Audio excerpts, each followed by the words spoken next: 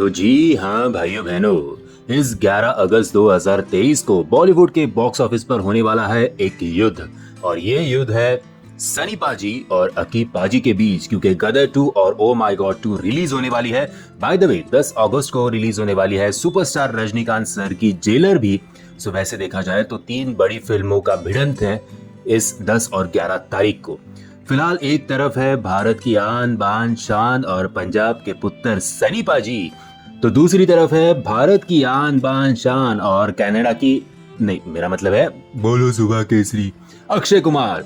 काफी टाइम बाद हमें सनी पाजी जो है वो बड़े पर्दे पे दिखाई देने वाले हैं और उनका वेलकम करने के लिए, उनका स्वागत करने के लिए ऑडियंस जो है, उनके फैंस जो है वो बहुत ही बेसब्री से इंतजार कर रहे हैं।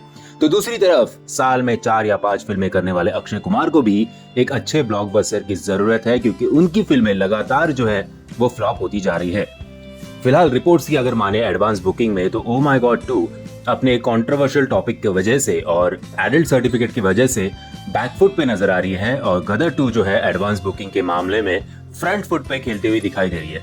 अगर रिपोर्ट्स की माने तो कल तक यानी कि 5 अगस्त 2023 तक गदर 2 ने 90,000 टिकटों की बिक्री की है, यानी कि ऑलरेडी 2.5 करोड़ का धंधा गदर 2 कर चुकी है अपने एडवांस बुकिंग में। अभी भी फिल्म रिलीज होने के लिए 5 या 6 दिन बचे हैं, सो शायद एडवांस बुकिंग में ही गदर 2 जो है वो 5 या 10 करोड़ तक कमा लेगी, ऐसे लग रहा है। दोस्तों, आज से 20-22 साल पहले 15 जून 2001 को रिलीज हुई थी गदर एक प्रेम कथा। 18.5 करोड़ की लागत में बनी इस फिल्म ने भारत में कमाए थे 78 करोड़ और वर्ल्ड वाइड इस फिल्म का कलेक्शन था 111 करोड़ का। ये मत भूलिएगा कि गदर 10 करोड़ टिकट बिक्री का एक रिकॉर्ड भी है, जो रिकॉर्ड अभी तक किसी भी अन्य फिल्म ने नहीं तोड़ा है।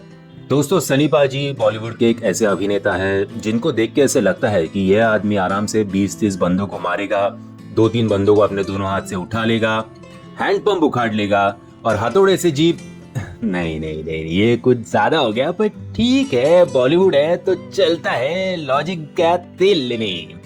दोस्तों, अभिनेता सनी देओल जो है वो अभी तक नॉन कॉन्ट्रोवर्शियल एक एक्टर है, ऐसा हम कह सकते हैं। माँ बाप से उन्हें जो संस्कार मिले हैं कि बड़ों की इज्जत करो, बड़ों के सामने कभी भी आवाज मत उठाओ, इसी चीज का एक उदाहरण मैं आपको देना चाहूंगा। डर इस फिल्म के शूटिंग के समय, डर इस फिल्म में सनी देओल जो है वो नेवी ऑफिसर दिखाए थे, और क्लाइमैक्स में एक सीन था जब यश चोपड़ा चाहते थे कि शाहरुख जो है वो सामने से आकर सनी देओल पे वार करे और चाकू से वार करे और सनी देओल जो है वो जख्मी हो जाए। इस चीज पे सनी देओल को एक ऑब्जेक्शन था। सनी देओल कहते थे कि वैसे भी शाहरुख इतना दुबला पतला आदमी, मेरे सामने वो क्या टिकेगा, और ऊपर से अगर मैं एक नेवी ऑफिसर दिखाया हूँ तो वो इतना सामने से मेरे पे वार कैसे कर सकता है। आप एक काम कीजिएगा, ऐसे शूट करते हैं कि शाहरुख मुझे पीछे से हमला करता है, कि जिसकी वजह से वो जस्टिफाइड भी हो जाएगा मेरा गिरना, और शाहरुख जो है वो मुझे मार भी पाएगा। लेकिन यश चोपड़ा चाहते थे कि उनका विलन जो है वो उनके हीरो से काफी बड़ा लगे, इसलिए यश चोपड़ा अपनी बात पे अड़े रहे कि नहीं, शाहरुख जो है वो सामने से ही वार करेगा। अभी माँ बाप के संस्कार थे कि यश चोपड़ा जैसे बड़े बुजुर्ग के सामने आवाज नहीं उठानी चाहिए।